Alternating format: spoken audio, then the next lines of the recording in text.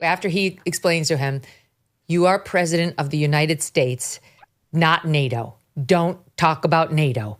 And also, you are for this policy on subsidizing state and local efforts to do childcare. You're for it. You've been pushing it for many years, sir. Biden, quote, didn't want to talk about it. And, quote, 25 minutes into the second mock debate, the president was done for the day.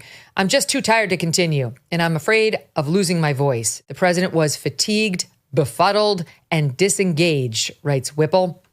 Klain feared the debate with Trump would be a nationally televised disaster. 27 June, Biden arrived at the Atlanta venue with just minutes to spare. Because Klain said he was the president of the United States, they weren't going to start without him.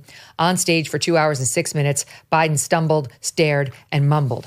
As described by Whipple, Jill Biden praised her husband's performance. She was like, there is no way I am leaving this White House, people. This is the nicest place I've ever lived. I feel important. I love being on Vogue. I think I'm secretly the president, and he did fine. Whipple quotes an unnamed close friend of Biden who took a call from Valerie Biden Owens, that's the president's sister and longtime advisor, who was, quote, so angry she was practically incoherent, runs in the family. And then the same friend reports later, this friend spoke to Joe Biden, who was laughing at his predicament and sounding like the senator and vice president of old. Where did that voice go? The friend wondered. Where did that guy with that voice go? To Whipple, that was a question on which the political fate of the nation would turn. Eventually, Biden bowed to reality. Klain took a call from Jeff Zients on 21st of July, his successor as chief of staff. Biden was out. Despite the debate disaster, the news was a gut punch to Ron Klain. Jeff, that's too bad, Klain said. I think that's a mistake. I think this was an avoidable tragedy. Wow. What is Ron Klain trying to do here?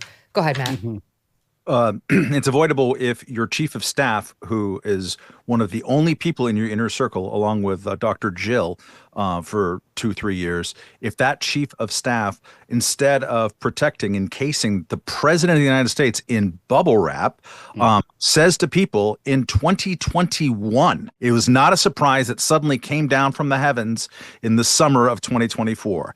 This is something that has been long gestating, that we've all noticed, and that certainly he noticed more than Kamala Harris also noticed, and then pretended not to, and didn't really get many questions about it until like 88 days into her presidential campaign. So the way that you avoid this is that you tell people ahead of time, you note that he's the oldest president in history, and that he said he was only going to really run to forestall Donald Trump, and you start looking for alternatives. Ron Klain chose not to do this. His tears are delicious.